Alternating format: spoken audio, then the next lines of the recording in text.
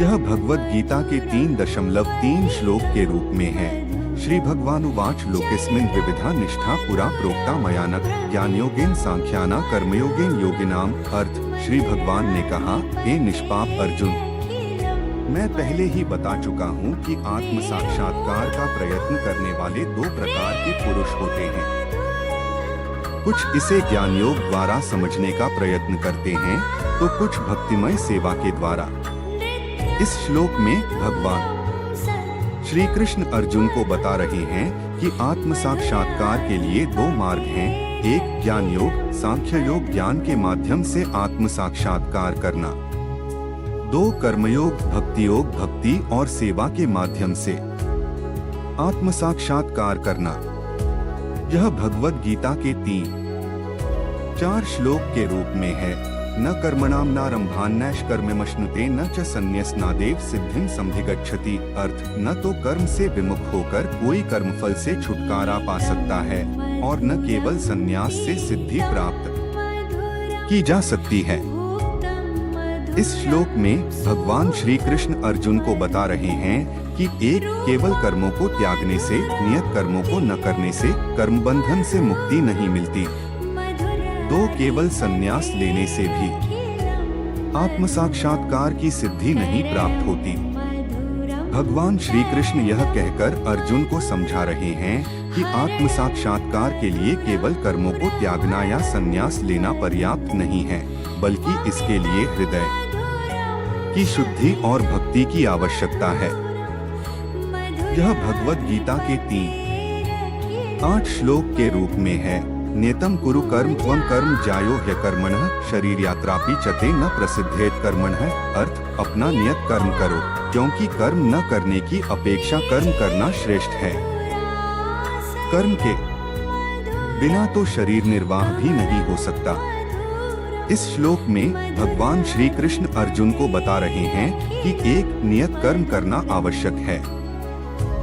2, कर्म न करने से कर्म करना श्रेष्ठ है। 3, कर्म के बिना शरीर का निर्वाह नहीं हो सकता। भगवान श्री कृष्ण यह कहकर अर्जुन को समझा रहे हैं कि कर्म करना जीवन का एक आवश्यक हिस्सा है और इसके बिना जीवन की गति नहीं हो सकती। भगवद गीता के श्लोक 3.8 और 3.9 की व्याख्या कर रहे हैं। ये श्लोक भगवान श्री कृष्ण द्वारा अर्जुन को संबोधित हैं और कर्म के महत्व पर चर्चा करते हैं। श्लोक 3.8 में भगवान श्री कृष्ण कहते हैं कि अपना नियत कर्म करना आवश्यक है, क्योंकि कर्म न करने से कर्म करना श्रेष्ठ है। कर्म के बिना शरीर का निर्वाह नहीं हो सकता। श्लोक 3.9 में भगवान श्री कृष्ण कहते हैं कि यज्ञ यानी भगवान विष्णु की प्रसन्नता के लिए कर्म करना चाहिए, अन्यथा कर्म के कारण इस भौतिक जगत में बंधन उत्पन्न होता है। अतः अर्जुन को भगवान विष्णु की प्रसन्नता के लिए अपने नियत कर्म करने की सलाह दी जाती है। इसके बाद आप भगवद गीता के श्लोक 9.14, 3.11 और 3.12 की व्याख्या करते हैं, जो देवताओं की पूजा, यज्ञ के महत्व और भगवान कृष्ण की भावना में जीवन व्यतीत करने की आवश्यकता पर चर्चा करते हैं। अंत में आप चैतन्य महाप्रभु द्वारा प्रवर्तित संकीर्तन यज्ञ की विधि का उल्लेख करते हैं, जो भगवान कृष्ण के नामों का कीर्तन है और जीवन के चरम लक्ष्य की प्राप्ति में मदद करता है। यह भगवद गीता के 3 अध्याय के 8वें श्लोक की व्याख्या है। इस श्लोक में भगवान श्री कृष्ण अर्जुन को बता रहे हैं कि कर्म करना जीवन का एक आवश्यक हिस्सा है और इसके बिना जीवन की गति नहीं हो सकती। उन्होंने यह भी कहा है कि जो लोग कृष्ण को अर्पित किया गया भोजन करते हैं, वे भौतिक दूषणों से निरापद रहते हैं और जो ऐसा नहीं करते वे पापमय जीवन व्यतीत करते हैं। यह भगवद गीता के 3 अध्याय के 17वें और 18वें श्लोक की व्याख्या है। भगवान श्री कृष्ण अर्जुन को बता रहे हैं कि जो व्यक्ति आत्मज्ञान में स्थित है और अपने में ही संतुष्ट रहता है, उसके लिए न तो कोई कर्तव्य है और न ही कोई कर्म उसके लिए आवश्यक है। ऐसा व्यक्ति वेदों के आदेशों से मुक्त हो जाता है और उसका कार्य भगवान की कृपा से स्वयं प्रकाशित हो जाता है। इस श्लोक में भगवान श्री कृष्ण यह भी कहते हैं कि ऐसे व्यक्ति को न तो किसी भौतिक वस्तु की आवश्यकता होती है और न ही किसी अन्य जीव में उसका कोई स्वार्थ होता है। वह पूर्ण रूप से निष्काम और निर्लेप रहता है। यह भगवद गीता के 3 अध्याय की व्याख्या है, जहां भगवान श्री कृष्ण अर्जुन को बता रहे हैं कि कृष्ण भावना भावित व्यक्ति को कोई भी वस्तु परम पुरुष को अर्पित किए बिना ग्रहण नहीं करनी चाहिए। ऐसे व्यक्ति पृथक पृथक भक्ति साधनों के द्वारा यज्ञ करते रहते हैं, जिससे वे संसार की संपूर्ण पापमयी संगति के कलमश से दूर रहते हैं। कृष्ण भावना भावित व्यक्ति को भगवान गोविंद मुकुंद या कृष्ण के प्रगाढ़ प्रेम में मग्न रहने के कारण कोई भी वस्तु परम पुरुष को अर्पित किए बिना ग्रहण नहीं करते। वे श्रवण, कीर्तन, स्मरण, अर्चन आदि के द्वारा यज्ञ करते रहते हैं। इस व्याख्या में यह भी कहा गया है कि जो व्यक्ति अपने लिए या इंद्रिय तृप्ति के लिए भोजन बनाते हैं, वे न केवल चोर हैं, अपितु सभी प्रकार के पापों को खाने वाले हैं। जो व्यक्ति चोर तथा पापी दोनों हो, भला वह किस तरह सुखी रह सकता है? यह संभव नहीं।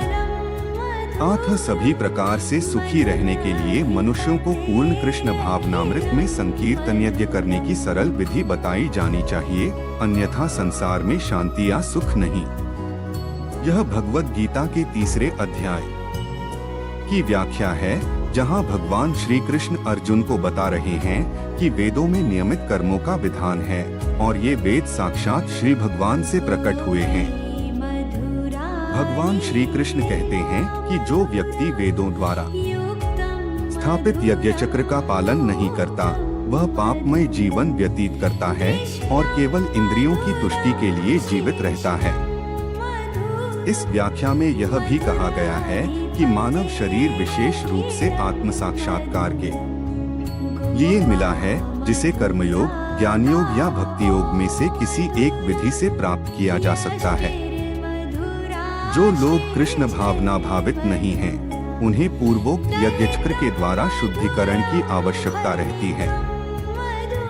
यज्ञ पद्धति इस प्रकार सुनियोजित है कि विषयोन्मुख लोग विषयों के फल में फंसे बिना अपनी इच्छाओं की पूर्ति कर सकते हैं।